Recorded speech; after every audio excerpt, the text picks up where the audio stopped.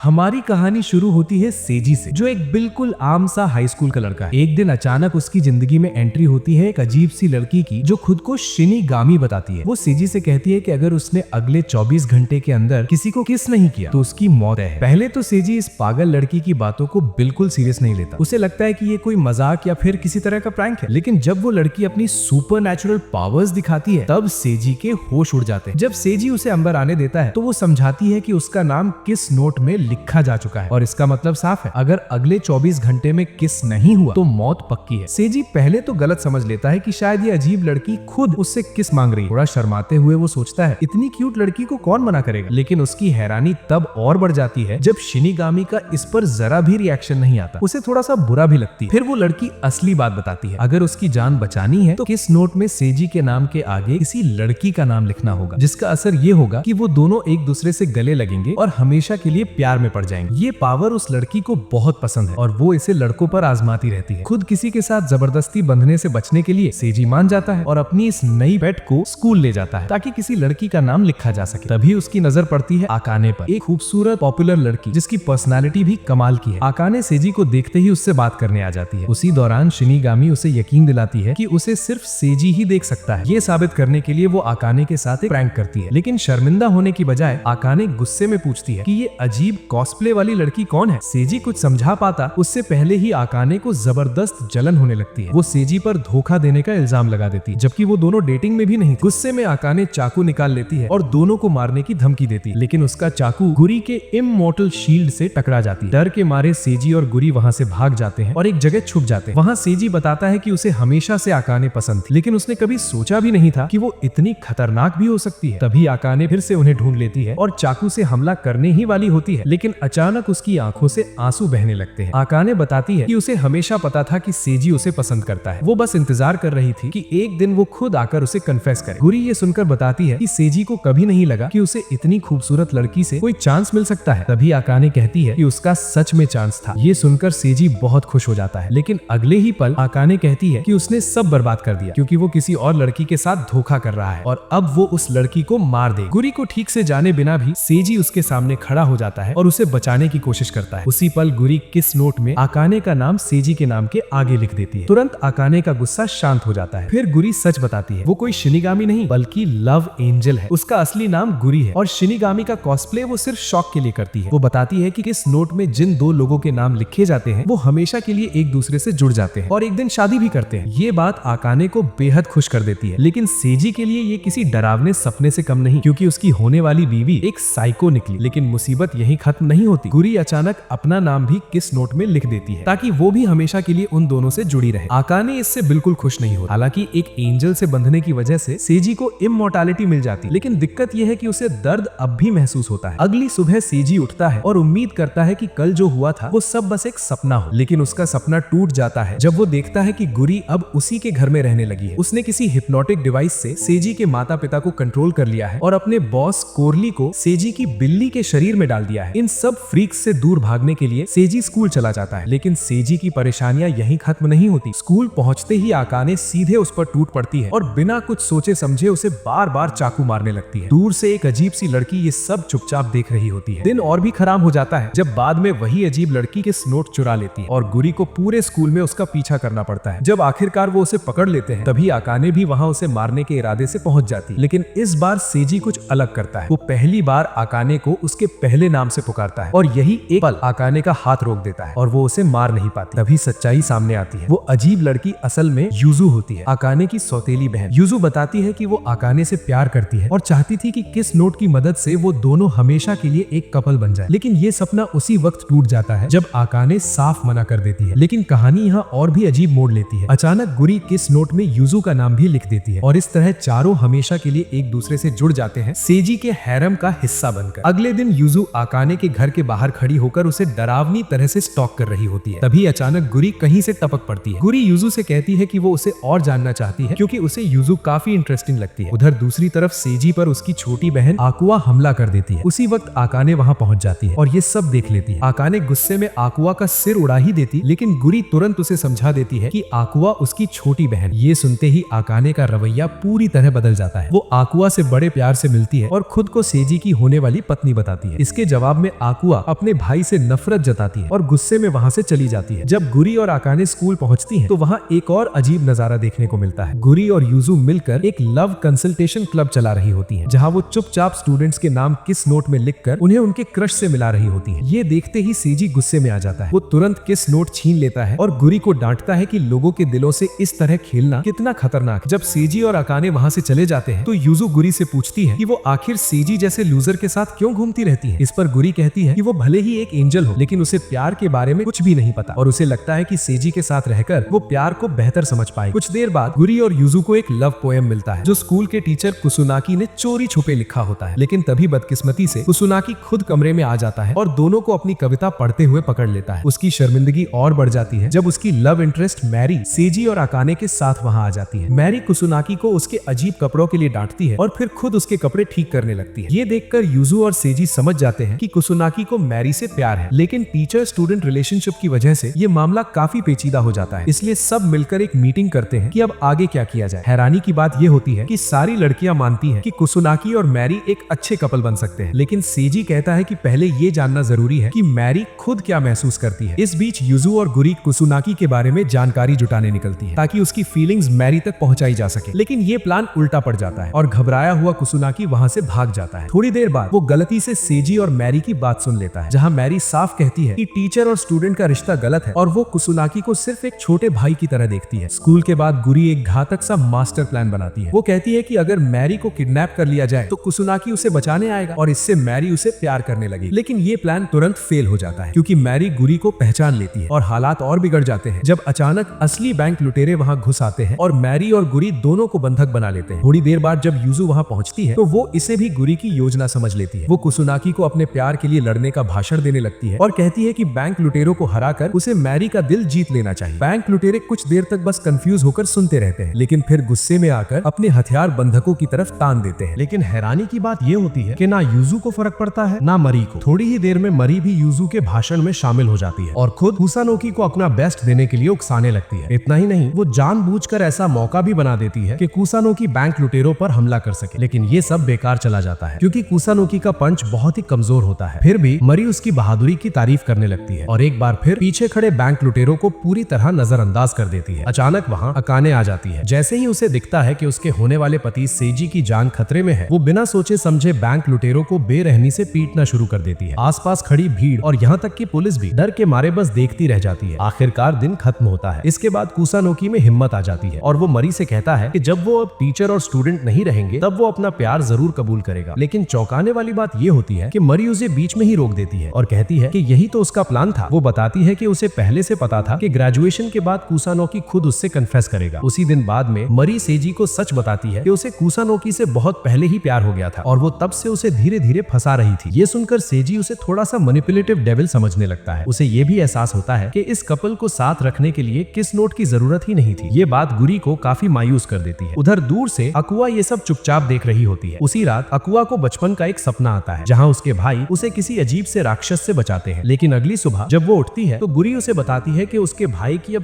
तीन गर्लफ्रेंड्स हैं। ये सुनते ही अकुआ गुस्से में सेजी की आंखों में टूथपेस्ट रगड़ देती है। बाद में स्कूल जाते वक्त अकुआ के सपने वाला वही अजीब प्राणी अचानक सामने आ जाता है और बाकी लड़कियों के साथ साथ उसे भी दौड़ाने लगता है। जहाँ यूजू तुरंत भाग जाती है, वहीं अकुआ डर के मारे हिल भी नहीं पाती। जब सेजी को उस अजीब प्राणी की वापसी का पता चलता है तो वो तुरंत अपनी छोटी बहन को बचाने दौड़ पड़ता है। वो अकुआ को उसी पेड़ के पास छुपा हुआ पाता है जहाँ वो बचपन में छुपा करती थी। उधर गुरी जोर जोर से हंसने लगती है क्योंकि उसे समझ आ जाता है कि वो डरावना राक्षस असल में सिर्फ एक बेवकूफ सा पेंगुइन है। लेकिन अगली ही पल वही पेंगुइन गुरी को जोर से मारकर बेहोश कर देता है। अब सेजी अकुआ से कहता है कि वो उसकी बाहों में कूद जाए। अकुआ वैसा ही करती है और बचपन वाला पल एक बार फिर दोहराया जाता है। कुछ देर बाद उस पेंगुइन को रायट पुलिस पकड़कर ले जाती है। दिन के अंत में सेजी अपनी बहन को गोद में उठाकर घर वापस ले जाता है और दोनों बचपन की बातें याद करते हैं। लेकिन जैसे ही सेजी को लगता है कि अब वो अपनी बहन के करीब आ गया है, अकुआ उसे मारकर शर्माते हुए भाग जाती है। सेजी एक बार फिर कंफ्यूज रह जाता है। अगले दिन गुरी सेजी से डेट पर चलने की रिक्वेस्ट करती है ताकि वो प्यार के बारे में और सीख सके। हालांकि दोनों साथ में अच्छा टाइम बिताते हैं, लेकिन उनकी डेट तब खराब हो जाती है जब वो एक आदमी को कई औरतों से झगड़ते हुए देखते हैं। औरतें उस आदमी पर धोखा देने का इल्जाम लगा रही होती हैं। जब एक औरत उस आदमी पर हमला करती है तो वो पलटकर मारने की कोशिश करता है, लेकिन सेजी बीच में आकर उसे रोक देता है। उसका ये हीरो बनने का चक्कर उल्टा पड़ जाता है और वो खुद मारपीट के बीच फंस जाता है। इसी अफरा तफरी में किस नोट गलती से जल जाती है। जब सेजी और गुरी घर लौटते हैं तो वो कोरली से पूछते हैं कि अब क्या होगा। जाएगा। लेकिन कोरली खुद मान लेता है कि उसे भी कुछ नहीं पता, क्योंकि किस नोट पहले कभी नष्ट हुई ही नहीं थी। वो साथ ही गुरी को एक नालायक एंजल कहकर ताना भी मारता है। एक बात साफ हो जाती है, अब अकाने और सेजी अमर नहीं रहे और सेजी अपने पागल से हेरम से भी आजाद हो गया है। लेकिन अगले दिन स्कूल में अकाने पूरा दिन सेजी को इग्नोर करती है। सेजी को लगने लगता है कि किस नोट जलने के बाद उसका प्यार भी खत्म हो गया है। लेकिन जब वो गुरी द्वारा बनाए गए बाकी सारे कपल्स को चेक करते हैं, जो संयोग से सभी गे ही होते हैं, तो सबको समझ आ जाता है कि किस नोट जलने के बाद भी प्यार अभी जिंदा है। और तभी गुरी को एक नया किस नोट मिल जाता है, इस बार एक स्मार्टफोन के रूप में। उसी पल गुस्से से भरी अकाने सेजी की तरफ मारने के इरादे से दौड़ पड़ती है, लेकिन सबकी उम्मीद के उलट अकाने अचानक उसे किस कर लेती है। सेजी पूरी तरह चौंक जाता है। फिर अकाने बताती है कि उसने उसे इसीलिए इग्नोर किया था क्योंकि उसने एक मैगजीन में पढ़ा था कि ऐसा करने से बॉयफ्रेंड पागल हो जाता है और उसके पीछे पीछे घूमने लगता है। लेकिन अब वो सेजी से नाराज है क्योंकि उसने वैसा कुछ किया ही नहीं। गुस्से में आकर अकाने फिर से सेजी पर चाकू चला देती है। इस बार सेजी अमर नहीं है, इसीलिए उसे लगता है कि अब तो पक्का मर जाएगा। लेकिन उसकी हैरानी तब और बढ़ जाती है जब उसे कुछ भी नहीं होता। दरअसल गुरी ने अपने नए किस नोट में एक बार फिर चारों के नाम लिख दिए होते और इस तरह सेजी का अजीब सा हेरम फिर से बन जाता है। अगले दिन स्कूल में गुरी और अकाने के पास शिकामी आती है, जो दिल के मामलों में मदद मांगती है। लेकिन दिक्कत ये होती है कि शिकामी को अपने क्रश का नाम ही नहीं पता, जिसकी वजह से गुरी किस नोट का इस्तेमाल नहीं कर पाती। उसी दिन बाद में सेजी को जोर की सर्दी लग जाती है। अकाने उसकी मदद करने की कोशिश करती है, लेकिन इससे क्लास के बाकी लड़कों में जलन और नफरत पैदा हो जाती है। स्कूल के बाद गुरी कहीं गायब होती है तो सेजी अकेले ही शिकामी से मिलने चला जाता है। चलते चलते सेजी गलती से ये राज खोल देता है कि वो और उसका हेरम असल में पूरी तरह अमर है। उधर उसी वक्त गुरी को एहसास होता है कि उसका किस नोट गायब हो चुका है और इधर भोला सेजी शिकामी के पीछे पीछे एक उजड़ी हुई फैक्ट्री तक चला जाता है, ऐसी जगह जहाँ सिर्फ कोई सन की कातिल ही आए। जल्द ही शिकामी अपना असली रूप दिखा देती है। वो निकलती है गुलाबी बालों वाली साइको और वो सेजी को दर्द देकर ये जानने की कोशिश करती है कि गुरी अमरता कैसे देती है। दूसरी तरफ गुरी अकाने और यूजू को बताती है कि किस नोट गायब है और सेजी भी अचानक लापता हो गया है। शिकामी का नाम सुनते ही अकाने गुस्से से भर जाती है और यूजू डर से कांपने लगती है, क्योंकि सच्चाई ये होती है कि शिकामी उन दोनों की कजिन है। उधर फैक्ट्री में शिकामी सेजी से पूछताछ जारी रखती है। तभी अचानक अकाने वहाँ पहुंच जाती है और सीधा कंक्रीट की दीवार तोड़कर अंदर घुस जाती है। लेकिन इतनी ताकत होने के बावजूद अकाने शिकामी की अजीब पावर में फंस जाती है। हालात और बिगड़ते उससे पहले यूजू सही वक्त पर पहुंच जाती है और मामला संभाल लेती है। थोड़ी ही देर में गुरी भी आ जाती है और इस बार वो किसी वजह से क्रैब कॉस्ट्यूम पहने होती है। गुरी को देखते ही शिकामी घबरा जाती है। वो तुरंत किस नोट वापस कर देती है और गुरी से गिड़गिड़ाने लगती है कि उसे भी सेजी के हेरम में शामिल कर लिया जाए। वो दावा करती है कि उसे सेजी से पागलों की तरह प्यार है और साथ ही बाकी सबके मुंह बंद कर देती है ताकि कोई बीच में न बोले। लेकिन इस बार गुरी मना कर देती है क्योंकि उसे महसूस होता है कि शिकामी के दिल में प्यार नाम की कोई चीज नहीं है। तभी शिकामी को अकाने की माँ का एक रहस्यमयी फोन आता है और वो चली जाती है, लेकिन जाने से पहले वादा करती है कि वो एक दिन जरूर सेजी के हेरम में शामिल हो। कुछ ही देर बाद पता चलता है कि सेजी की सांसें रुक गई हैं और अगले ही पल वो हेवन में आंख खोलता है। वहाँ उसकी मुलाकात होती है कोरली से, जो उसे ले जाता है एक अजीब से बुजुर्ग के पास जिसका नाम है कामी। कामी इस वक्त का गॉड है और गुरी का पिता भी। बातचीत में कामी बताता है कि एक दिन गुरी उसकी जगह नई गॉड बने और सेजी को कहता है कि वो उसकी बेटी को सच्चा प्यार सिखाने में मदद करे। उधर अर्थ पर अकाने सेजी की मौत पर रो रही होती है और हेवन जाकर उससे मिलने की धमकी तक दे देती है। तभी हेल का राजा माओ वहाँ आ जाता है। वो बताता है कि वो गुरी को हेवन नहीं बल्कि हेल का नया शासक बनाना चाहता है, क्योंकि गुरी असल में हाफ एंजल और हाफ डीमन है। थोड़ा सोचने के बाद सेजी कहता है कि गुरी शायद इन दोनों में से कोई भी पद नहीं चाहेगी, वो बहुत ज्यादा फ्री स्पिरिटेड है। कामी और माओ दोनों मान लेते हैं कि गुरी अभी काफी नादान है। आखिरकार कामी सेजी को वापस अर्थ भेज देता है ताकि वो गुरी को सच्चा प्यार सिखा सके। उधर अर्थ पर यूजू बेहोश पड़े सेजी को सीपीआर देने के लिए झुकती है, लेकिन सेजी अचानक उठकर उसके सिर से टकरा जाता है। जैसे ही सेजी पूरी तरह होश में आता है, अकाने उसे इतनी जोर से गले लगाती है कि वो लगभग फिर से हेवन पहुंच ही जाता है। कुछ दिन बाद गुरी सेजी, यूजू और अकाने को रात में होने वाले स्कूल हॉरर इवेंट में ले जाती है। वहाँ उन्हें कई डरावनी और अजीब चीजें देखने को मिलती है, जिसमें एक बेहद क्रीपी कपल भी शामिल होता है। वो क्रीपी कपल जिद करने लगता है कि अगर उन्हें अपना प्यार साबित करना है तो सबको मिलकर भूतों का शिकार करना पड़ेगा। लेकिन जैसे ही गैंग को असली जैसे दिखने वाले भूत नजर आते हैं, सब डर के मारे वहाँ से भाग खड़े होते हैं। भागते भागते अकाने और गुरी स्कूल की रूफटॉप पर अकेली रह जाती हैं। वहाँ अकाने गुरी से सीधा सवाल पूछती है कि क्या वो सच में सेजी से प्यार करती है या नहीं, लेकिन गुरी का जवाब साफ नहीं होता। उसकी हिचकिचाहट अकाने को बुरी तरह गुस्सा दिला देती है। अकाने गुरी को चेतावनी देती है कि अब से वो सेजी से दूर रहे। उधर दूसरी तरफ यूजू सेजी के साथ होती है, लेकिन वो इतनी डर चुकी होती है कि उसके पैर तक नहीं हिलते। तब सेजी यूजू को उठाकर ले चलने की पेशकश करता है। यूजू पहले मना करती है, लेकिन फिर चुपचाप मान जाती है। इस दौरान दोनों के बीच एक छोटा सा प्यारा सा पल बनता है। जब हॉरर इवेंट खत्म हो जाता है तो गुरी अकाने की कही हुई बातों को याद करती है और अपने ही जज्बातों को लेकर काफी परेशान हो जाती है। कुछ समय बाद गुरी सेजी को फेस्टिवल में चलने के लिए बुलाती है, लेकिन सेजी मना कर देता है क्योंकि उसने पहले से अकाने और यूजू के साथ प्लान बना रखा होता है। ये बात गुरी को काफी बुरी लगती है। गुस्सा शांत करने के लिए वो एक बुक स्टोर जाती है, जहाँ उसकी मुलाकात होती है ग्रीन काउंट से, एक अच्छा दिल वाला और हैंडसम लड़का। हैरानी की बात ये होती है कि वो लड़का गुरी से डेट पर चलने के लिए पूछ लेता है। गुरी हाँ तो कर देती है, लेकिन डेट के दौरान वो हर बात में उस लड़के की तुलना सेजी से करने लगती है। क्योंकि सेजी ने उसे मना कर दिया था, इसलिए गुरी अपने डेट को भी फेस्टिवल में ले आती है। लेकिन फायरवर्क्स देखते वक्त जब वो लड़का गुरी को किस करने की कोशिश करता है तो गुरी उसे रोक देती है, क्योंकि उसके दिमाग में बस सेजी ही घूम रहा होता है। थोड़ी देर बाद गुरी अपनी डेट को छोड़कर चली जाती है और तभी उसकी टक्कर सेजी से हो जाती है। सेजी ने आखिरकार उसे खुश करने के लिए फेस्टिवल आने का फैसला किया होता है। सेजी की तमाम कमियों के बावजूद गुरी को एहसास हो जाता है कि वो सबसे ज्यादा खुश उसी के साथ होती है। वो खुद को सेजी की बाहों में फेंक देती है। बाद में पता चलता है कि पहले वाला डेट असल में माओ के माइंड कंट्रोल में था, जो सेजी और गुरी के रिश्ते को तोड़ना चाहता था। कुछ समय बाद गुरी और अकाने स्कूल के बाहर सेजी को लेकर झगड़ने लगती है, लेकिन आखिरकार अकाने सेजी के साथ स्कूल के अंदर चली जाती है और गुरी बाहर ही रह जाती है। क्लास में पहुंचने पर सेजी और अकाने को एक और बुरा झटका लगता है। उन्हें पता चलता है कि शिकामी अब उनके स्कूल की ऑफिशियल स्टूडेंट बन चुकी है और उसे अकाने की माँ ने भेजा है ताकि वो सेजी पर नजर रख सके। उसी दिन बाद में सीढ़ियों के पास यूजू सेजी को गले लगाती है। वो ऐसा इसलिए करती है ताकि खुद को यकीन दिला सके कि उसे सेजी के लिए कोई फीलिंग नहीं है। हालांकि उसके दिल के अंदर कंफ्यूजन साफ दिखाई देता है। दिन के अंत में यूजू कहती है कि वो सेजी से नफरत तो करती है, लेकिन अब उसे उससे चिढ़ नहीं है। कुछ दिन बाद सेजी बहुत खुश होता है, क्योंकि काफी समय बाद घर में वो बिल्कुल अकेला होता है। अकुआ एक स्लीप ओवर के लिए बाहर गई होती है, लेकिन उसकी खुशी ज्यादा देर नहीं टिकती। एक एक करके अकाने, गुरी, यूजू और शिकामी बिना बताए उसके घर पहुंच जाती है। पूरा दिन इन सब के साथ बिताने के बाद सेजी थक जाता है और दिमाग शांत करने के लिए नहाने चला जाता है, लेकिन उसकी प्राइवेसी पूरी तरह से खराब कर दी जाती है। उस रात सारी लड़कियां सेजी के बेडरूम में सो जाती हैं और सेजी लिविंग रूम में सोने चला जाता है। लेकिन अगली सुबह जब उसकी नींद खुलती है तो वो देखता है कि सारी लड़कियां लिविंग रूम में उसी के साथ आकर सो रही हैं। इसी बीच अकुआ स्लीप ओवर से लौटती है और अपने भाई को उसके हैरम के साथ देखकर उसे सजा देती है। कुछ समय बाद खुलासा होता है कि गुरी एक हफ्ते से गायब है। ये बात अकाने को काफी पसंद आती है, क्योंकि अब वो सेजी के साथ ज्यादा समय बिता पा रही होती है। लेकिन सेजी को शक होता है कि इसके पीछे कहीं न कहीं शिकामी का हाथ है। वो उसे स्कूल के लॉकर रूम में जाकर सवाल करता है, लेकिन उल्टा शिकामी सेजी को पकड़ लेती है और मजाक मजाक में उसे टॉर्चर करने लगती है। इस सब को गुरी बाहर से चुपचाप देख रही होती है। फ्लैशबैक में पता चलता है कि गुरी ने पहले शिकामी से कहा था कि उसे और सेजी के बीच कुछ कमी महसूस होती है। तब शिकामी ने उसे सलाह दी थी कि वो सेजी से दूर रहकर उसके बाकी लड़कियों के साथ रिश्ते को देखे। और जब गुरी उन सब की नजदीकियां देखती है तो उसके दिल में दर्द उठने लगता है। वर्तमान में अकाने और यूजू समय पर पहुंचकर सेजी को बचा लेती है। तभी शिकामी सबको दिखाती है एक बदली हुई गुरी को। डिप्रेस्ड गुरी अब अपने डेमोनिक फॉर्म में बदल चुकी होती है। पता चलता है कि माओ और शिकामी ने मिलकर सेजी से ऐसा करवाया जिससे गुरी का दिल टूट गया, और अब गुरी बेपरवाही से ऐलान करती है कि उसका पुराना रूप खत्म हो चुका है और इसके लिए सिर्फ और सिर्फ सेजी जिम्मेदार है। इसके बाद गुरी वहाँ से चली जाती है और पूरे दिन उन सारे कपल्स को तोड़ती रहती है जिन्हें उसने खुद अपने किस नोट से जोड़ा था, वो भी एक एंजल होते हुए। उधर यूजू सेजी को समझाती है कि अब गुरी को बचाना जरूरी है, लेकिन अकाने साथ चलने से मना कर देती है। उसकी नजर में गुरी उसकी लव राइवल है और वो खुश होगी अगर गुरी हमेशा के लिए गायब हो जाए। बिना वक्त गवाए कॉर्ली सेजी और यूजू को हेवन ले जाता है, जहाँ कामी हमें सलाह देता है कि गुरी को वापस लाने के लिए उन्हें हेल जाना होगा। उधर हेल में गुरी माओ के ऑफर को ठुकरा देती है, जहाँ माओ चाहता था कि वो नई डेविल बने। ये देखकर माओ को याद आता है कि कैसे गुरी की माँ ने डेविल का पद छोड़ दिया था ताकि वो कामी से शादी कर सके और बाद में गुरी को जन्म दे सके। इधर सेजी, यूजू और कॉर्ली बिजनेसमैन का भेष बनाकर हेल में चुपचाप घुस जाते हैं, लेकिन जल्दी ही शिकामी उन्हें पहचान लेती है और सबको भागना पड़ता है। थोड़ी ही देर में अकाने उन्हें बचाने पहुंच जाती है। वो इसलिए लौटती है क्योंकि सेजी के किसी और से शादी करने और बच्चे होने का ख्याल ही उसे ऐसा झटका देता है कि वो सच में बेहोश तक हो जाती है। आखिरकार जब सब गुरी तक पहुंचते हैं तो सेजी उससे वापस अपने पुराने रूप में लौट आने की गुहार लगाता है। हालांकि गुरी बार बार कहती है कि उसका पुराना खुशमिजाज रूप मर चुका है, फिर भी वो अनजाने में सेजी से वैसे ही नोकझोंक करने लगती है जैसे पहले किया करती थी। यही सेजी को एहसास होता है कि गुरी अब तक पूरी तरह डेमन नहीं बनी है। उधर शिकामी ये सब देखकर खुश हो रही होती है, क्योंकि उसे लगता है कि गुरी भी अब हैरम से बाहर हो रही है, बिल्कुल उसी की तरह। अपने उलझे हुए जज्बातों और भारी दिल के साथ गुरी अचानक बेहोश हो जाती है। उसी पल यूजू इमारत से छलांग लगाकर गुरी को पकड़ लेती है। कुछ ही सेकंड बाद गुरी के डेमन विंग्स एंजल विंग्स में बदल जाते हैं। वो पूरी तरह नॉर्मल हो जाती है। आखिरकार गुरी समझ जाती है कि उसकी उलझन की वजह ये थी कि वो सिर्फ सेजी से प्यार ही नहीं करना चाहती थी, बल्कि चाहती थी कि सेजी भी उससे प्यार करे। उन दोनों के बीच एक भावुक पल बनता है, लेकिन ये पल तुरंत टूट जाता है जब अकाने गुरी के सिर की तरफ चाकू फेंक देती है। इसके बाद गुरी हंसते हुए एक पागलपन भरा वादा करती है कि अगर शिकामी अच्छा व्यवहार करेगी तो वो एक दिन उसे भी सेजी के हैरम में जोड़ देगी। शिकामी खुशी खुशी मान जाती है। ये सब देखकर अकाने और भी ज्यादा गुस्से में भर जाती है। अगली सुबह सेजी चारों लड़कियों के साथ स्कूल जाता है और उसके दिल में बची खुशी, शांत जिंदगी की उम्मीद पूरी तरह खत्म हो जाती है। और इसी के साथ आज का ये वीडियो यहीं खत्म होता है। देखने के लिए आप सबका दिल से बहुत बहुत धन्यवाद, और उन सभी लोगों को खास तौर पर शुक्रिया जो इस चैनल को हमेशा सपोर्ट करते हैं और मेरी वीडियोस देखते हैं।